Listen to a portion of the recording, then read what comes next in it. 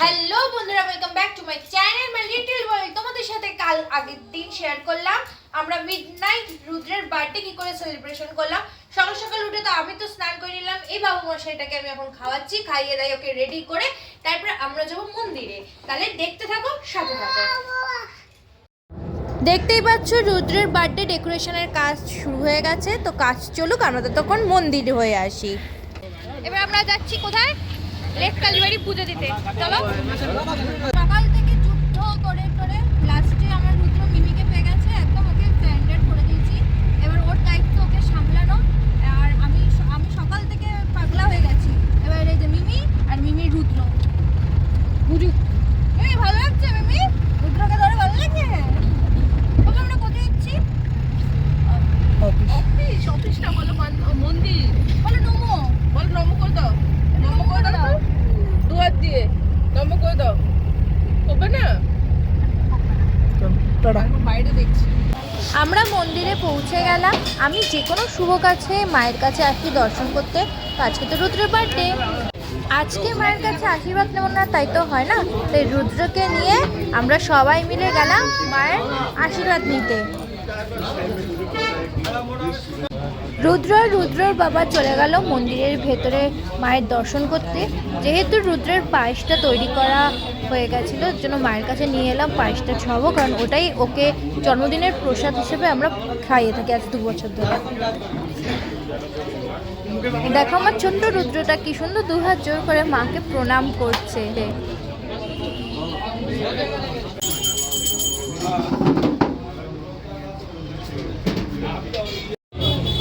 একদিকে দেখো আমার ছোট্ট রুদ্রটা মাকে নমস্কার করে আবার টাটা বলে চলে এলো।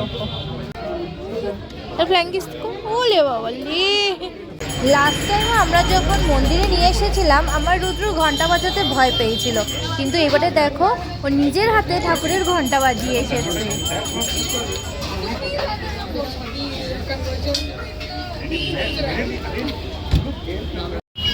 আমাদের পুজো দেওয়া কমপ্লিট।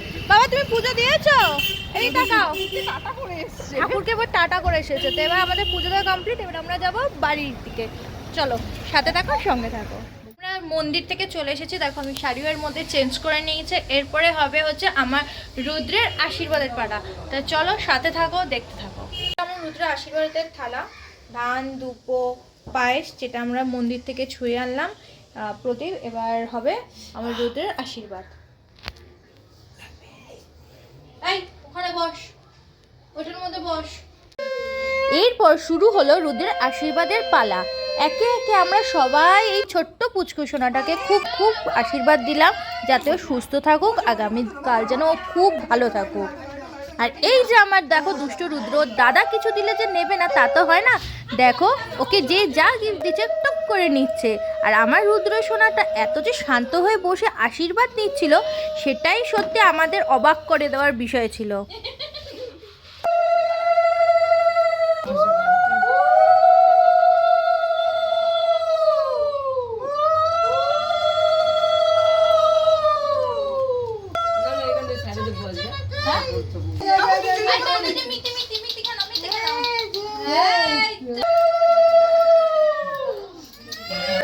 ব্যাস একটা টাইমের পর আমার রুদ্র অধৈর্য হয়ে গিয়ে চিৎকার চেঁচামেচি শুরু করে দিয়েছে। ও আর কিছুতে বসতে চাইছিল না, কিন্তু ওই যে বললাম ঘুষখোর আমার রুদ্র, ওকে সেই একটা চকলেট দিয়ে ঘুষ হিসাবে ওকে আবার কিছুক্ষণের জন্য আমরা বসিয়ে রাখলাম, যাতে ওর বাকি লোকরা ওকে আশীর্বাদ করতে পারে।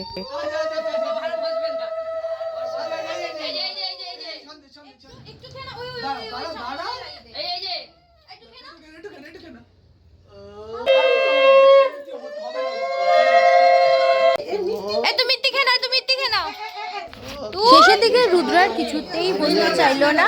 এখানে আশীর্বাদের পালা শেষ করে এবার আমরা যাবো ছাদে। তোমাদের সাথে শেয়ার করলাম রুদ্রের সেকেন্ড বার্থডেতে আমরা কিরকম ডেকোরেশন করেছি, কেমন হয়েছে বলো। এদিকে রুদ্রের সবাই ওয়েট করছে কখন রুদ্রের কেক কাটবে। চলে এলো সেই টাইমটা, যে টাইমটার জন্য আমরা অনেকক্ষণ ধরে ওয়েট করেছিলাম। ফাইনালি রুদ্রের কেক কাটিং এর টাইম। রুদ্র এবারে খুব মজা করে কেক কেটেছে। গতবার তো আমাদের ধরতে হয়েছে, এবারে তাও ধরতে হয়নি। রুদ্র নিজে নিজেই কেকটা কেটেছে। দেখো রুদ্রের আশেপাশে রুদ্রের ছোট ছোট বন্ধুরা, বড় দাদারা সব উপস্থিত রয়েছে। আমার ছোট্ট রুদ্রটা নিজে কেক কেটে নিজেই আগে খেয়ে নিয়েছে।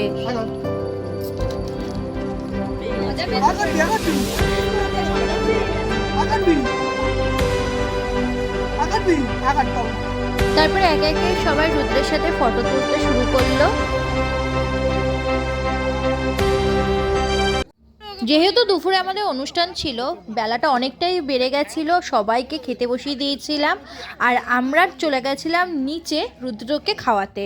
এইটা ছিল রুদ্রের খাবার। জানি 5 রকম ভাজা দিতে হয়, কিন্তু যেহেতু রুদ্র এখনও সেরকম ভাজাভুজি খাওয়ানো হয় না, এজন্য ওর রান্নাটুকু আমি ওকে দিয়েছিলাম।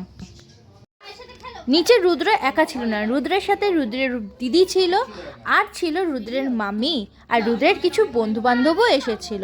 চলো তোমাদের সাথে পুরোটাই শেয়ার করলাম। বাচ্চাগুলোকে নিচে পাঠিয়ে দিয়েছিলাম যাতে ওরা সুন্দরভাবে খেয়ে নিতে পারে। সবার সঙ্গে গল্প গুজব করতে করতে আর দেখো গাড়ি নিয়ে খেলতে খেলতে আমার রুদ্র নিজের খাওয়াটা কমপ্লিট করে সবাই কমপ্লিট হওয়ার পর আমিও বসে পড়লাম আমার বন্ধুদের সাথে খেতে। জন্মদিনে এসে তোমার কেমন লাগলো? খুব ভালো লাগছে। বয়ফ্রেন্ড আমাকে খুব ভালোবেসেছে, আসা মাত্রই ব্যাস ভালোবাসা আমি আর ধরে রাখতে পারিনি। তোমাদের সাথে শেয়ার করলাম রুদ্রের জন্মদিন আমরা কেমন করে কাটালাম, তার সাথে শেয়ার করলাম রুদ্রের জন্মদিনের কিছু ছবি। ভালো লাগলে অবশ্যই লাইক কমেন্ট শেয়ার করে দিও, আর ওকে মন ভরে আশীর্বাদ করো যাতে ও যেন এইভাবেই চিরটা কাল সবার সঙ্গে মিশে চলতে পারে, এইরকম যেন দুষ্টুমি করতে পারে, আর যেন এইরকম আমার ছোট্ট সোনা বাবুটা হাসি খুশি থাকতে পারে। ব্লগটা ভালো লাগলে অবশ্যই লাইক কমেন্ট শেয়ার করে দিও। তাড়াতাড়ি ফিরছি নতুন একটা ভিডিওর সাথে, ততক্ষণের জন্য ভালো থেকো, সুস্থ থেকো।